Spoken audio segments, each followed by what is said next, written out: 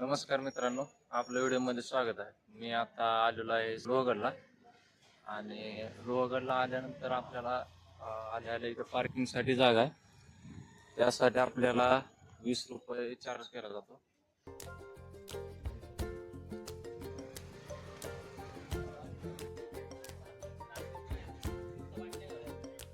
ही लोहगडची entry आहे.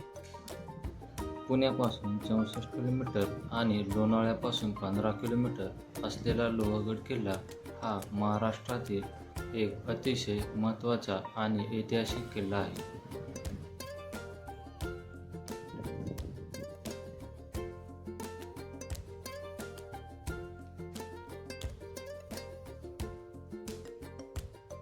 गड जर फिरायचं असेल तर 2 घंटे तर लागतील पूर्ण गड फिरायचं असेल.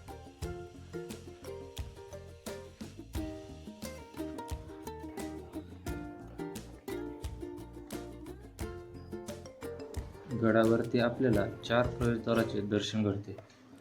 पहिला गणेश दरवाजा, दुसरा नारायण दरवाजा, नंतर महादरवाजा आणि शेवटी हनुमान दरवाजा.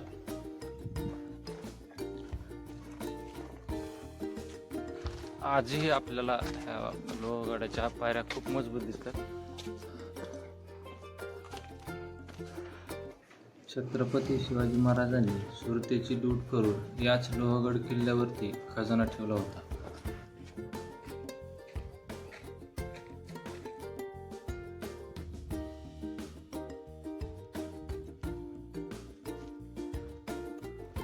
आता आपण पोहोचलो आहोत गणेश दरवाजाजवळ.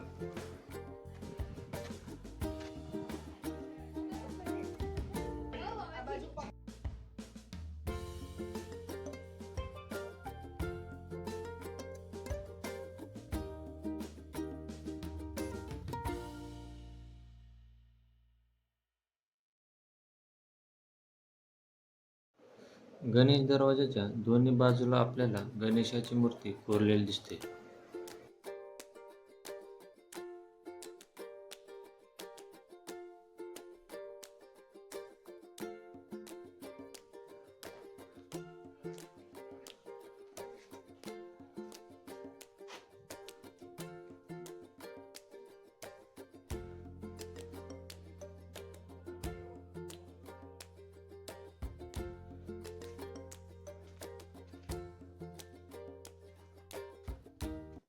आजही गडावरती आपल्याला तोफा बघायला भेटतात.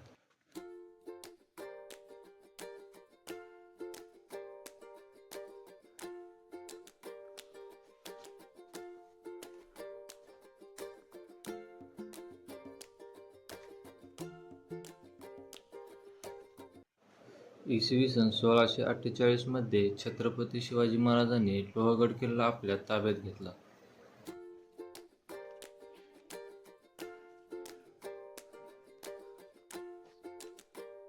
पहिल्या टाइम मध्ये मावळे आपले ह्याचा वापर हे जी दिसतंय ह्याचा वापर पहिला जर खालून कोण दुश्मन जर आले तर त्यासाठी केला जायचा. खालून जर आपण ह्याला बघितलं ह्या तर हे दिसणार नाही आपल्याला, पण इथून वरून खाली कोण आहे ह्यामधून दिसतंय, त्यासाठी पहिल्याचा वापर केला जायचा. आपल्याला आता इथून असंच ह्या साईड करून वरती जायचंय.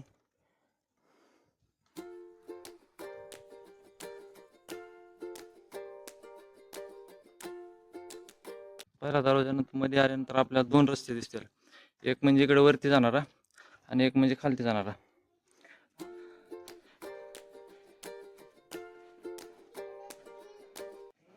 पहिल्या काळामध्ये शौचालय कसे होते हे आजही आपल्याला बघायला मिळते.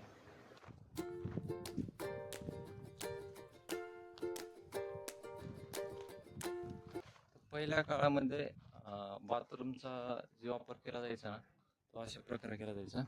ते पहिल्या काळचे बाथरूम आहेत.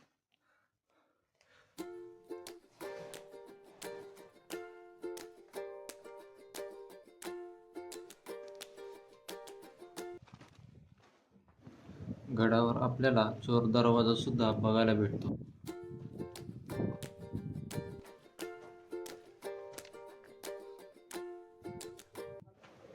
पुरंदरच्या तहानंतर तब्बल 5 वर्ष या गडावर मुघलांनी राज्य केले. परत मराठ्यांनी इसवी सन 1670 मध्ये हा किल्ला जिंकला. गणेश दरवाजा नंतर आपण पोहोचतो दुसरा दरवाजा म्हणजे नारायण दरवाजा.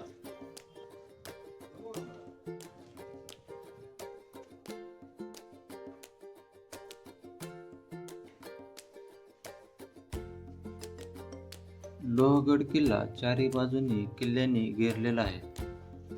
लोहगडच्या भोवती आपल्याला विसापूर किल्ला, तुंग किल्ला आणि तिकोना किल्ला बघायला भेटतो.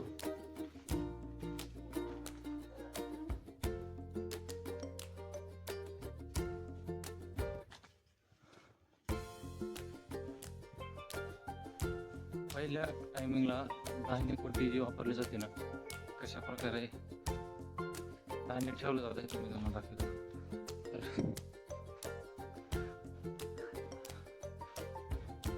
हे आहे धान्य कोटी.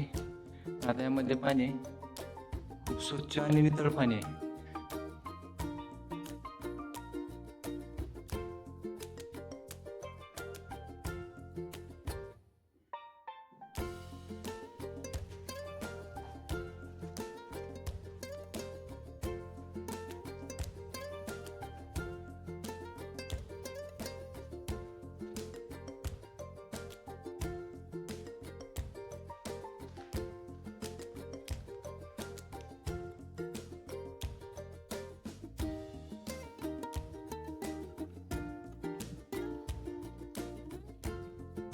तर आपण इथून आता वरती आल्यानंतर आपल्याला अजून एक दरवाजा लागतो. गडाचा तिसरा दरवाजा हनुमान दरवाजा. दिवळ्या दिसतात ना दोन्ही साईडला, हे मावळ्यांसाठी बसण्यासाठी त्यांच्या सुरक्षेसाठी केले जातात.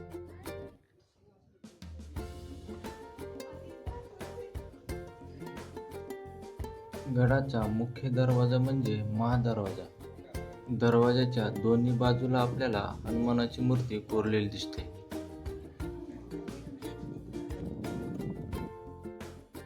महादरवाजातून आत आल्यानंतर आपल्याला सदर बघायला भेटते.